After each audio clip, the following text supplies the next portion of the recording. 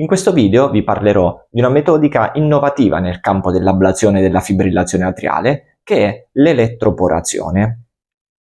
Ricapitolando, l'elettroporazione è la metodica più innovativa al momento per il trattamento della fibrillazione atriale. A differenza delle altre energie quali la radiofrequenza e la crioablazione, non utilizza energia termica, bensì utilizza dei campi elettrici pulsati ad alto voltaggio per brevissimo tempo. Questa metodica ha dimostrato di avere un'efficacia sovrapponibile alle altre metodiche, ma garantendo una minore percentuale di complicanze procedurali e dei tempi procedurali ridotti rispetto alle altre metodiche.